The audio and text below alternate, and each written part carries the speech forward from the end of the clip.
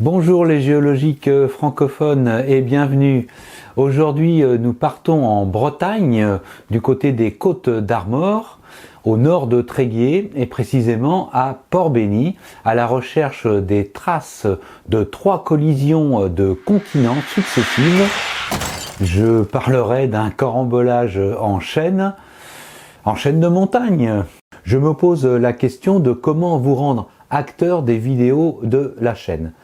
Pour cela, je vais faire un essai aujourd'hui. Je vais vous poser des questions au cours de cette recherche. Et à chaque fois qu'il y aura une question, vous verrez le symbole pause de lecture.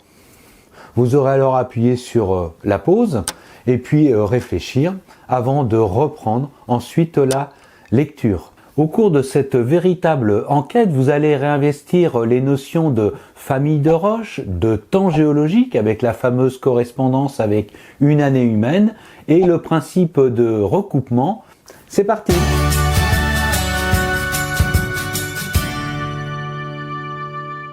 Ce qui est sympa, c'est quand on arrive à allier la visite d'un affleurement avec la beauté du paysage. Et comme je vous dis souvent, ici en Bretagne Nord, du côté de Tréguier, c'est vraiment du sublime. L'affleurement que je cherche, je l'ai trouvé sur le site Planète Terre ENS Lyon. C'est vraiment pour moi la référence en géologie. La page du site s'intitule « Les orthogneises de Port-Bénit, Côtes d'Armor, un affleurement des roches les plus anciennes de France métropolitaine ».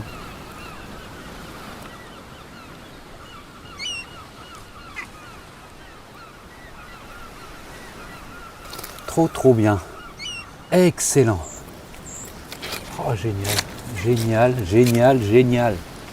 Vous avez devant vous l'affleurement qui apporte la preuve ultime qu'il y a eu 3 collisions continentales à l'origine de toutes ces roches. Je vais présenter chacune des roches, leurs relations et puis essayer de faire la chronologie des événements. Nous allons étudier 4 roches qui se différencient par leur couleur et que j'ai numérotées de 1 à 4. Et là, il fallait vraiment être très fort. Je vous retrouve dans un peu plus de 2 minutes pour faire la synthèse. À vous de jouer maintenant.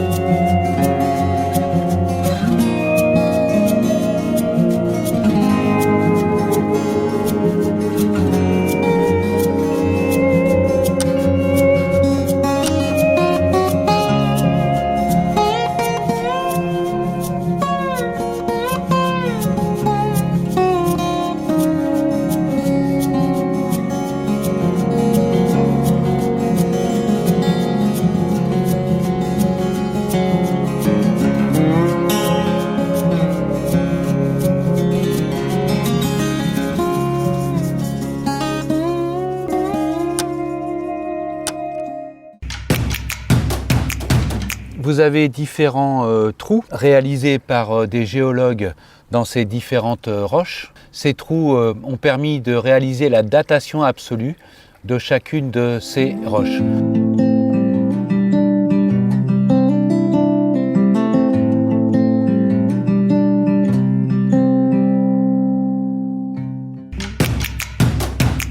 Chacune des roches étudiées à Port-Bénit est une relique d'une orogénèse, c'est-à-dire de la formation puis de la destruction d'une chaîne de montagnes. En ce qui concerne l'affleurement de Port-Bénit, les 4 roches étudiées appartiennent à 3 cycles orogéniques successifs. Les roches 1 et 2 sont des gneiss, c'est-à-dire des roches métamorphiques, issues de la transformation à l'état solide d'une roche préexistante, ici un granit. Cette transformation est liée à leur enfouissement en profondeur à peu près 25 km lors de la formation de la chaîne de montagnes icartienne. Le nom icartien est issu de la pointe Icare située au sud de l'île de Guernesey. Quelques affleurements d'âge icartien sont retrouvés en Bretagne Nord, en Normandie et dans les îles anglo-normandes. Ce sont des témoins exceptionnels de la formation de ces chaînes de montagnes icartiennes. Ça fait vraiment partie de notre patrimoine géologique mondial. Vous pouvez découvrir ces roches d'âge icartienne à Trébeurdin et j'avais fait une vidéo à la recherche des plus vieux cailloux de France. Un ami m'a demandé pourquoi on trouve si peu de témoins de cette chaîne de montagnes. Eh bien, elle a été mise en place il y a 1,8 milliard d'années et comme toute chaîne de montagne, elle a été érodée et c'est vraiment une chance incroyable de retrouver encore des tout petits morceaux de cette chaîne de montagne. Faisons un bond dans le temps de 2 milliards d'années. Qu'est-ce que nos successeurs vont trouver comme vestiges de nos Alpes actuelles? Peut-être quelques gneiss dans une région du monde. Incroyable. La roche 3 est un microgranitoïde d'un filon volcanique interprété actuellement comme un magmatisme de subduction, c'est-à-dire une zone où s'enfonce le plancher océanique à l'intérieur de la Terre. Ceci fait partie du cycle orogénique cadomien. Dans l'hypothèse où la roche 4, la dolérite, est âgée de moins 380 millions d'années, elle a pu se mettre en place lors de la formation de la chaîne de montagnes varisque que l'on appelle hercynienne en France.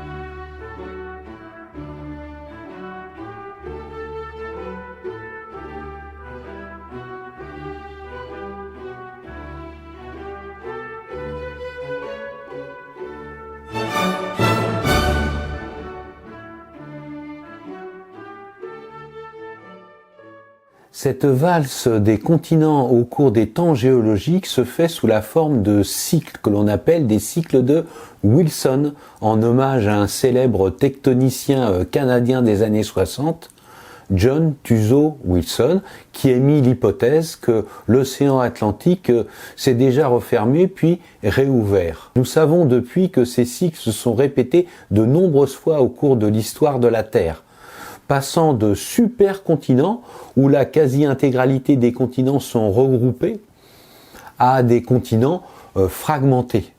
Nous sommes à l'heure actuelle dans une physionomie de continents fragmentés. Le regroupement de continents en supercontinents a pour conséquence la collision de ces derniers à l'origine de chaînes de montagnes majeures. Pour l'instant, les géologues ont dénombré 8 supercontinents, dont l'âge de certains correspond à peu près à l'âge des roches retrouvées à Port-Bénit. Nous arrivons au terme de cette vidéo. Si les puristes veulent approfondir les notions, j'ai noté de nombreux liens internet dans la description. Pour les autres, ils peuvent continuer le voyage dans la série À la recherche 2 en visionnant les vidéos de cette playlist sur la chaîne Géologique. J'espère que vous avez passé un bon moment et n'oubliez pas, la géologie, c'est d'abord le terrain. Allez, je vous dis à bientôt et portez-vous bien.